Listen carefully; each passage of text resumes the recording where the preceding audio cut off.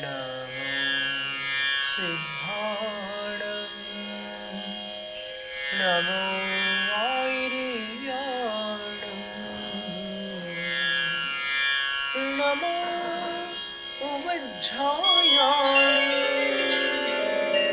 नमो सव्यसां।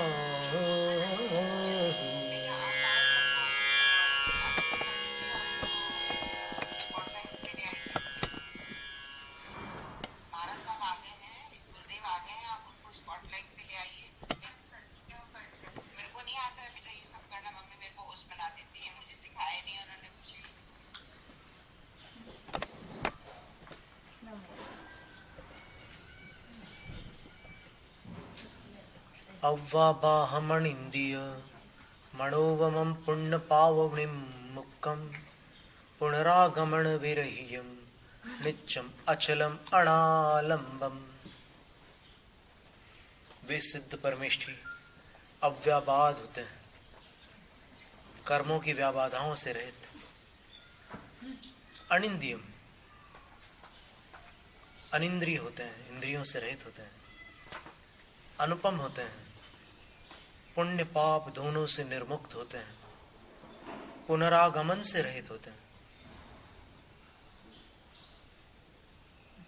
वापस संसार में नहीं आते।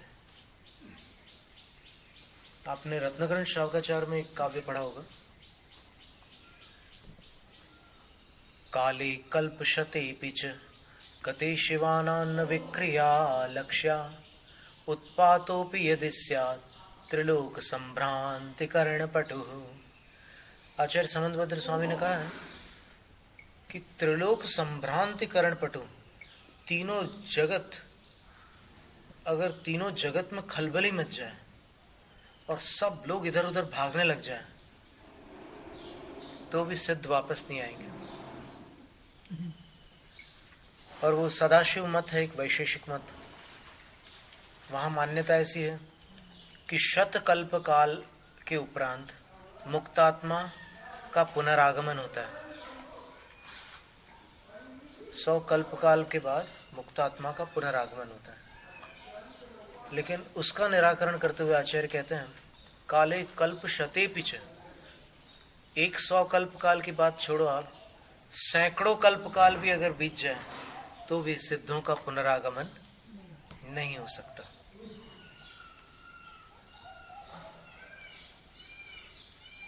वो वहां नित्य विराजमान रहेंगे, अनंत काल तक रहेंगे, अचल रहेंगे। आसन भी नहीं तो रुको रुको, आसन वगैरह की तो बात सवाल ही नहीं उठता। वहां पर तो शरीर ही नहीं है, कहाँ के आसन है। स्थानांतरित भी नहीं होंगे। अचल का अर्थ यहाँ से वो जिस स्थान पर विराजमान हुए हैं अनंत काल तक उसी स्थान पर रहेंगे। मान लो मानुषोत्तर पर्वत की चोटी से मोक्ष गए तो मनुष्य लोक की परिधि है, तो वहां जो सिद्धालय का भाग है ऊपर, अगर वहां है तो वहीं रहेंगे। फिर उधर से मेरू तरफ या और किसी तरफ नहीं आ सकते। और अनालंबम, किसी सहारे को लेकर के नहीं रहेंगे, वो अपने आप में ही वहां पर विराजमान रहेंगे, कोई उनका सहारा नहीं होगा। जैसे यहाँ पर तो भूमि का सहारा होता है और कई और वस्तुओं का सहारा हो सकता है। किसी पीठ का भी सहारा होता है, किसी पाषाण का भी सहारा होता है। अकेली धरती की बात नहीं है, कभी पाटे पर भी बैठ जाते हैं अपन, कभी चटाई पर बैठ जाते हैं, कोई भी आलम्बन हो जाता है, पर वहां पर निरालंब हो जाते हैं। वहाँ नहीं होता है सिद्धालय में कुछ भी? क्या नहीं, वो जो सिद्ध शिला थी उसके तो पार निकल गए वो। अब ईशत प्रागभार जो पृथ्वी है 45 लाख योजन की, मध्य में कितनी मोटी आपको स्मरण होगा? 8 योजन। और अंत में अंगुल के असंख्यात भाग प्रमाण। ये मानुषोत्तर पर्वत के ऊपर वाला भाग है सिद्ध शिला का, अंगुल के असंख्यात भाग प्रमाण। तो उसको पार करके ही जाते हैं सारे सिद्ध परमात्मा। सिद्धालय जब जाते हैं ना तो वो उसको पार करते ही है। उसका नाम सिद्ध शिला पड़ गया। वैसे उसका नाम ईशत प्रागभार पृथ्वी, अष्टम वसुधा बोलते हैं उसको। नीचे 7 है ही है, ऊपर 1 है, वो अष्टम कहलाती है। तो उसको पार करके वहां विराजमान हो जाते हैं। तो वहां तो कुछ नहीं, वात वलय है और ऊपर आलोक आकाश है। अब वात वलय में ऐसी कोई ठोस वस्तु है ही नहीं, तनु वात वलय वो भी। तो वो तनु वात वलय माने तनु यानी पतली हवा है वहां, उसका जो वलय है 1575 धनुष का है। और चूंकि सिद्ध परमेष्ठी 525 धनुष से अधिक अवगाहना वाले नहीं होते, इसलिए सिद्धालय वाला जो स्थान है वो मोटाई की अपेक्षा से 525 धनुष है, और फिर पूरी व्यास की अपेक्षा से 45 लाख योजन प्रमाण है, और क्षेत्रफल की अपेक्षा से उसका भी एक सूत्र आता है ना, कितना व्यास होता है तो कितना क्षेत्रफल निकलता है, उस सूत्र से निकाल सकते हो।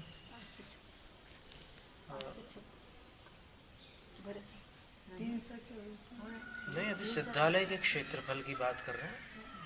तो सिद्धालय का क्षेत्रफल कितना होगा, परिधि जो है वो निकालनी होगी। पहले तो क्या है कि ये व्यास 45 लाख योजन है,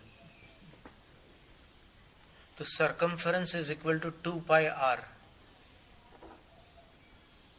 ऐसा कुछ है फॉर्मूला, देखना पड़ेगा। आपको याद होगा गणित के सूत्र में, ज्योमेट्री में पढ़ते थे कि अगर कोई वृत्त है तो उस वृत्त की त्रिज्या होती है रेडियस, और त्रिज्या को दुगुना करते हैं तो व्यास होता है डायमीटर। फिर सरकमफरेंस कितना है, 2 पाई आर है क्या? तो वो जो भी हो उसको निकालो, फिर पूरा क्षेत्रफल जो है उसका वो भी निकाला जा सकता है। पर उसमें क्षेत्रफल में क्या है कि मोटाई भी आएगी। मनुष्य लोग की मोटाई 1 लाख योजन है, तो उसमें सारी चीजें आएंगी, तो उसको तिलोय पंडित के गणित से निकाला जा सकता है कि वो क्षेत्र, मनुष्य लोग का क्षेत्रफल कितना है, दिया हुआ है। नमो व्यूल मदीनम, नमो उजु मदीनम, व्यूल मदीनम में दिया हुआ है कि मन पर एक ज्ञान का क्षेत्रफल कितना होता है। मनुष्य लोग प्रमाण होता है, लेकिन वो क्षेत्रफल मन पर एक ज्ञानी जहां रहते हैं उसमें वहां केंद्र बना करके होता है। आचार्य वीरसेन स्वामी ने लिखा है कि अगर वो मन पर एक ज्ञानी मानुषोत्तर पर्वत पर चले गए तो फिर जो मनुष्य लोक का क्षेत्रफल बताया उनके मन पर एक ज्ञान का, वो ये अंदर मनुष्य लोक वाला क्षेत्र थोड़ी रहेगा, वो केंद्र रहेंगे और वहां से वो क्षेत्रफल बाहर चला जाएगा। तो उतना बड़ा क्षेत्रफल उनका रहता है। क्योंकि देखिए, जो ज्ञान वन, पर्वत, नदी आदि किसी के द्वारा अवरुद्ध नहीं होता, वो मानुषोत्तर पर्वत से कैसे अवरुद्ध हो जाएगा? मन पर एक ज्ञान को कौन रोक सकता है?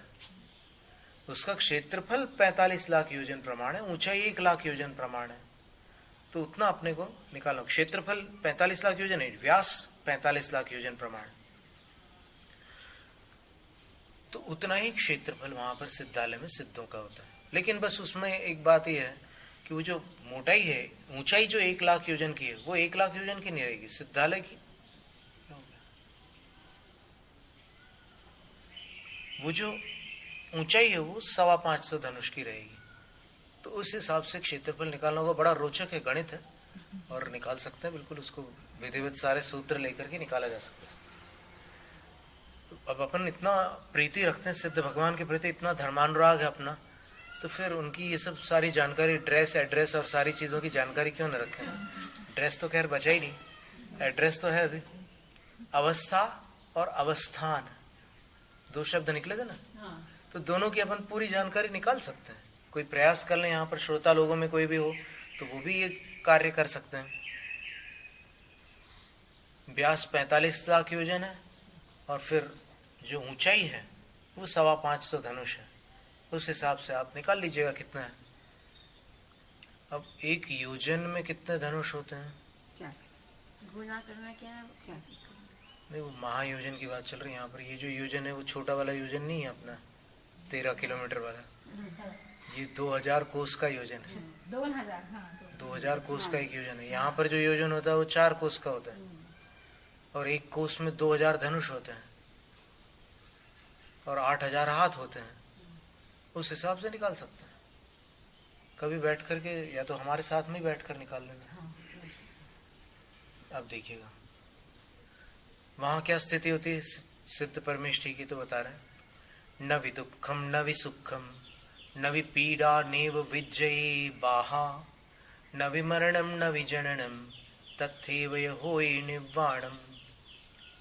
निर्वाण वही है जहां दुख भी नहीं है, जहां सुख भी नहीं है, जहां पीड़ा भी नहीं है, जहां बाधा भी नहीं है, जहां मरण भी नहीं है और जहां जन्म भी नहीं है, वही निर्वाण है।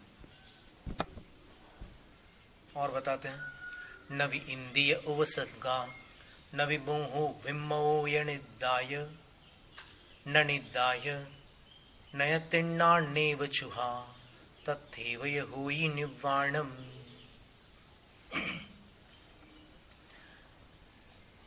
वही निर्वाण है जहां इंद्रियां नहीं है, जहां उपसर्ग नहीं है, जहां मोह नहीं है, जहां विस्मय नहीं है, जहां निद्रा नहीं है, जहां तृषा नहीं है, प्यास नहीं है, जहां क्षुधा नहीं है। ये छठी गाथा में नियम सार के जो 18 दोष बताए थे, सुख दुख पीड़ा बाधा, अब उनमें से कुछ दोष इसमें आ रहे हैं, लेकिन ये सुख और दुख के साथ सुख 18 दोषों में सुख नाम का कोई दोष नहीं है। वहां तो दुख है। अब दुख और पीड़ा अलग अलग दिए हुए हैं यहाँ पर, फिर बाधा अलग दी हुई है। तो इसमें 18 दोष के अतिरिक्त भी कई दोष हैं जिनसे सिद्ध मुक्त हो जाते हैं। और इसके उपरांत कहते हैं और क्या नहीं होता वहां सिद्धालय में, तो आचार्य कहते हैं न विकम्मम नो कम्मम न विचिंता नेव अट्टरुद्धाणी न विधम्म सुख झाणी तथैव होई निर्वाणम। ये क्लियर हो गया कि सिद्ध भगवान को चारों ध्यान नहीं होते, एकदम स्पष्ट हो गया।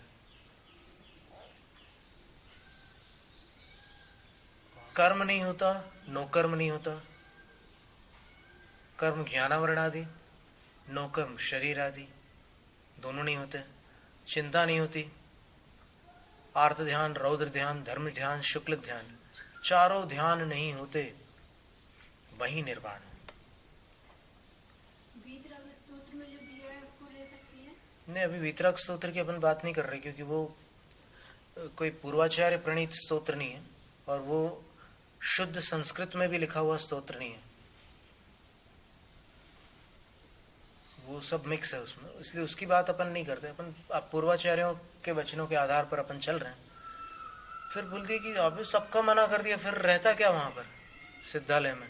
तो आचार्य उत्तर देते हैं विज्जति केवल नाणम केवल सौखम च केवलम वीर्यम केवल दिठ्यमुत्तम अत्थितम सपदे सत्यम। वहां आत्मा के प्रदेश तो रहते हैं, वो समाप्त नहीं होते। केवल ज्ञान रहता है, केवल सौख्य रहता है, केवल वीर्य रहता है, केवल दृष्टि रहती है, अमूर्तत्व रहता है, अस्तित्व रहता है, सप्रदेशत्व रहता है। ये अपना मूल स्वरूप है। सिद्धों का वर्णन पढ़ने से पता चलता है कि सिद्ध समान सदा पद तेरो। मेरा वास्तविक स्वभाव, मेरा वास्तविक स्वरूप तो वही है। ये तो ऊपर जो कचरा लगा हुआ है उसको ढोते हुए मैं संसार में भटक रहा हूं अनादिकाल से। अनादिकाल किसको कहते हैं? अपन एक भाव तो ढोया नहीं जाता,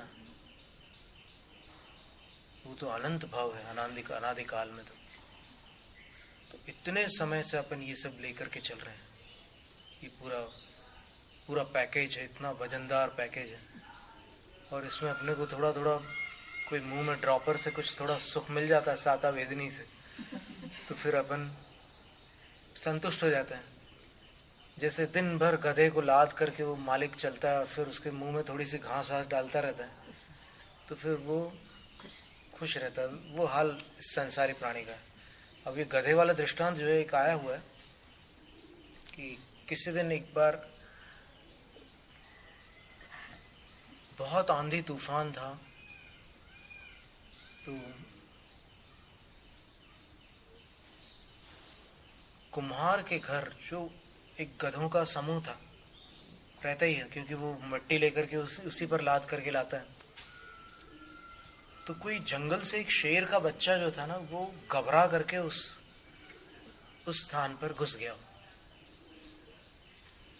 अब कुम्हार ने सुबह देखा कि अरे ये तो जंगली जानवर है, इसका क्या करेंगे हम। लेकिन फिर सोचा कि इसके माँ बाप कोई नहीं, वो कल इतना आंधी तूफान था, चलो इसको पाल लेते हैं। पाल लेता। अब वो शेर तो खैर शेर ही होता है, पर वो इन जानवरों की संगति में इनकी हरकतें सीखने लग गया। और जब थोड़ा बड़ा हुआ तो कुम्हार उसकी पीठ पर भी मिट्टी लेकर के चलने लगा। और उधर जो जानवर कभी कभी गधों के ऊपर हमला करते थे जंगल के, वो इसको देख करके दूर रहते थे क्योंकि वो जानते थे कि ये शेर है। शेर नहीं जानता था कि मैं शेर हूं। शेर को तो लगता था कि यही मेरा परिवार है। तो ऐसा करते करते समय बीत गया। अब वो एकदम भयंकर विकराल शेर बन गया। लेकिन अब उनको आदत पड़ गई थी गधों को, और इसको भी उनके बीच आदत पड़ गई थी, तो दोनों घुल मिल गए थे। तो उनको डर नहीं लग रहा था इससे, और बाकी जो दूर से देखने वाले थे वो सब डरते थे। और ऐसा करते करते समय हो गया। किस्सा है ये कोई सत्य घटना हो ऐसा कुछ कहीं वर्णन नहीं आता, लेकिन ये किस्सा बोध कथा बोलते हैं इसको, जिससे पंचतंत्र और हितोपदेश की कथाएं होती है। उसमें जानवर लोग आपस में बातचीत करते हैं और ये वो होता है, पर उसमें शिक्षा प्रदान की जाती है, शिक्षा छुपी होती है। तो इस कथा में भी वैसी बात है। अब ऐसा करते करते एक बार जंगल के किसी शेर को इसकी गंध आई, और शेर की गंध को अच्छे से पहचानता है, और साथ में गधों की भी गंध आई। उसको बड़ा आश्चर्य हुआ कि गधों की गंध के साथ मिश्रित गंध मेरी जाति की गंध कैसे हो सकती है, पर आ रही मैं पहचान रहा हूं। तो वो एक टीले पर चढ़ गया, और टीले पर चढ़ करके इस दृश्य को देखकर अचंभित हो जाता है कि अरे ये क्या बात है, मेरा भाई उन लोगों के साथ कैसे। ऊंचाई तो बराबर होती, गधे की और शेर की ऊंचाई एकदम एक जैसी रहती, उनके बीच कैसे। और इसके ऊपर वो कुम्हार मिट्टी लाद रहा है और हाँकते हुए ले जा रहा है। कमाल की बात है ये तो। तब फिर उस सिंह ने इसको जगाने के लिए एक गर्जना की। वो सिंह गर्जना जब करता है तो वो मंद गति से प्रारंभ करता है और फिर वो तीव्र गति पकड़ता है। सबसे पहले ऐसी आवाज करेगा, फिर इसको धीरे धीरे वेग देगा, फिर ऐसा करते करते उसका जब वेग बढ़ जाता है तो फिर आसपास के जो शेर हैं, उसकी जो शेरनी है वो साथ देती है फिर उसको। और जो केसरी सिंह होता है उसकी जो गर्जना होती है वो सबसे प्रबल होती है। गजा यथा केसरिणो निनादई, समंत भद्राचार्य महाराज ने चंद्रप्रभ भगवान की स्तुति में लिखा है। प्रवादिनो यस्य मदार्द्र गंडा गजा यथा केसरिणो निनादई विमदा बभूवु। जैसे केसरी सिंह की दहाड़ को सुनकर मदमत्त हाथी विमद हो जाते, मद रहित हो जाते, वो अपना उत्पात बंद करके शांत हो जाते हैं। केसरी सिंह की गर्जना अगर सुन ले हाथी तो। और बाकी जो छोटे मोटे सिंह हैं उनकी गर्जना से उसको असर नहीं पड़ता। वो हाथियों का राजा होता है जो मदमत्त हुआ है, तो वो अपनी मस्ती नहीं छोड़ता। लेकिन केसरी सिंह की दहाड़ सुन ले तो फिर वो शांत हो जाता है। तो इसी प्रकार चंद्रप्रभ भगवान की दिव्य ध्वनि सुन करके जो विरोधी लोग थे, प्रवादी थे, वो सब निर्मद हो गए, उनका अहंकार चूर चूर हो गया था। तो वंदे विवंद्यम महताम शीन्द्रम चंद्र प्रभम, ऐसे चंद्रप्रभ भगवान की मैं वंदना करता हूँ। जब पिंडी फटी थी ना तो कौन से, एक मिनट विषयांतर हो जाएगा अपना, इसको अपन अंत में पूछ सकते हैं जो भी प्रश्न है ना। ये बहुत सुंदर धारा चल रही है। कथा के बीच में प्रश्न करने से जो श्रोता की एकाग्रता है वो चंचल हो जाती है। तो अपन अभी वो बात कर रहे हैं कि वो केसरी सिंह की जो गर्जना होती है वो सबसे प्रबल होती है। और केसरी सिंह की गर्जना हम लोगों ने सुनी हुई है, पाले हुए जो चिड़ियाघर वगैरह में रहता है ना, प्राणी संग्रहालय में, संयोग की ऐसी बात चली कि अहमदाबाद में कांकरिया तालाब नाम का एक स्थान है, बड़ा प्रसिद्ध स्थान है। वहाँ पर जो स्टेडियम था, वहाँ हमारी राम कथा चल रही थी और हम सभी राम कथाओं से लेकर के लेते हैं उसको, जैन जैनेतर सारे वृत्तांत लेकर प्रस्तुत करते हैं। जब सीता जी के वनवास का प्रसंग आया था, तब उसमें एक रामायण में लिखा है कि वो जो जंगल था उसका नाम सिंहराबा था, क्योंकि वहां पर शेर गर्जना करते रहते थे, ऐसा जंगल उसका नाम ही था, वो सिंहनाद वन था वो। तो जब उसका वर्णन चल रहा था, तब वहीं कांकरिया के पास में एक प्राणी संग्रहालय, वहां से केसरी सिंह की गर्जना सुनाई थी। उसी समय वो दहाड़ा, वो सिंह, और उसकी दहाड़ इतनी प्रचंड होती है, इतनी भयानक होती है कि वो, अभी एक फॉरेनर ने उसका डिस्टेंस लिया था किसी ने, तो वो 6 से 8 किलोमीटर तक सुनाई देती वो गर्जना। और ये गर्जना जो कांकरिया में हमने सुनी थी, उस समय सभी ने सुनी थी, पूरी सभा वहां उपस्थित थी, सबको वो आवाज आ रही थी। शेर वहां दहाड़ रहा था, केसरी सिंह, और अगर उसके पिंजरे के पास कोई खड़ा हो तो उसके पैरों में वो गर्जना के स्पंदन महसूस होते हैं। इतनी भयानक गर्जना होती है। तो वो केसरी सिंह था, और ये भी केसरी था। केसरी सिंह इसलिए कहते हैं कि उसके गर्दन के पीछे के जो बाल होते हैं वो केसर की पत्ती जैसे ही होते हैं, बिल्कुल केसरिया रंग के। और इसको मृगराज कहते हैं। सारे शेर मृगराज नहीं होते हैं। जो हाथी के मद को उतार डाले वो सिंह ही मृगराज होता है, बबर शेर। तो उसकी गर्जना को जब इसने सुना, सारे गधे वहां से भाग खड़े हुए, लेकिन इसके अंदर एक प्रीति उत्पन्न हुई। ये भागने के बजाय उस दिशा में गया। वो कुम्हार तो जान बचाकर भागा कि ये कौन सा, कहां से ये आवाज आ रही है, ये तो कभी वैसे आवाज करता नहीं था, ये तो संगति में वैसा बिगड़ गया था एक प्रकार से। अब उसने अपने जाति की आवाज सुनी जब सिंह की, तो फिर वो उस तरफ आगे बढ़ता है, और वो अपनी मूल जो सिंह की शैली होती है, जो उसके जन्मजात संस्कार होते हैं चलने के, उस प्रशस्त विहाय गति के साथ उस दिशा में आगे जाता है, और अपनी मूल जाति के सदस्य को दूर से देखता है कि ये कौन है, और फिर वो गर्जना करता है। अब उसकी गर्जना को सुनकर के कुमार को लगता है कि वो ये पहचान गया कि मैं कौन हूं। अब तो ये अपनी गुलामी नहीं करने वाला। ये गुलामी तब तक कर रहा था, तब तक जब तक ये अपने आप को गधा समझ रहा था। आज इसने समझ लिया कि मैं सिंह हूं, मैं मृगराज हूं, मैं वनराज हूं। अब ये गया, वो ऐसे करके पूरे पीठ को झटकारता है, तो वो पूरा जो वजन था सब नीचे गिर जाता है और उस तरफ जाता है। और संयोग से दोनों एक ही माँ की संतानें थी, और वो मिलते हैं। वो बोलता है कि भाई तू, और ये बोलता है कि अरे भैया तू। ओहो, फिर बचपन की कहानी याद आती है कि वो आंधी तूफान था और मैं उधर छुप गया था, तो उसने तो मुझे गधा बना दिया था, और संगति में मैं अपने मूल वंश को भूल गया था, मूल जाति को भूल गया था। चल अब अपन जंगल में रहते हैं, अपन वनराज है, तो फिर अपन वनराज जैसे रहेंगे। तो वो दोनों बिल्कुल खुश होकर के चले जाते जंगल।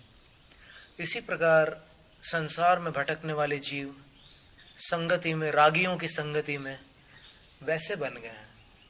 फिर जब गुरु आते हैं और सिंह गर्जना करते हैं, आचार्य रूपी सिंह जब आकर के अपनी सिंह गर्जना करते हैं, तब कुछ भव्य जीवों को ये ख्याल आ जाता है, जो सिंह की जाति के हैं, उनको ख्याल आ जाता है कि अरे